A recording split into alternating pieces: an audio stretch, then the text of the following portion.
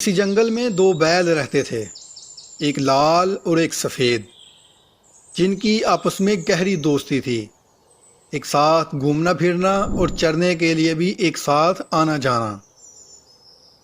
ان کی اس مثالی دوستی کی وجہ سے اس جنگل کا شیر ان پر ہاتھ نہیں ڈال سکتا تھا۔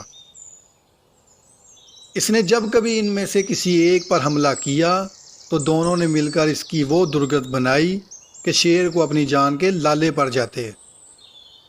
شیر نے ایک چال چلی اور لال بیل سے چکنی چپڑی باتیں کر کے اور روشن مستقبل کے سہانے سپنے دکھا کر اپنے ساتھ ملا لیا۔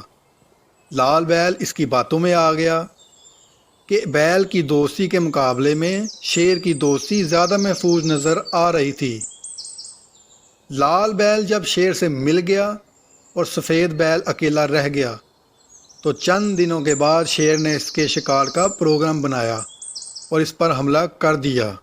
پہلے تو دونوں مل کر شیر کو بھگا دیا کرتے تھے، مگر اب اکیلے بیل کے لیے شیر کا مقابلہ کرنا مشکل ہو گیا تھا۔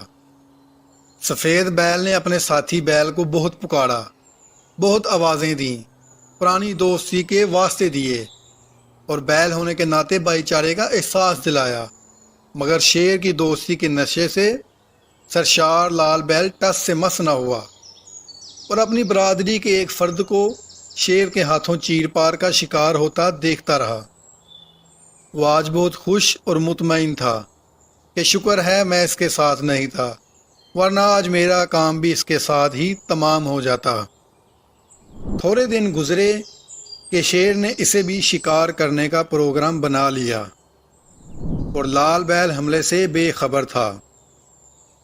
جب شیر نے اس پر حملہ کیا تو لال بیل نے زور سے ڈکارتے ہوئے جنگل کے باشندوں کو یہ پیغام دیا کہ میں تو اسی دن قتل ہو گیا تھا جس دن سفید بیل قتل ہوا تھا۔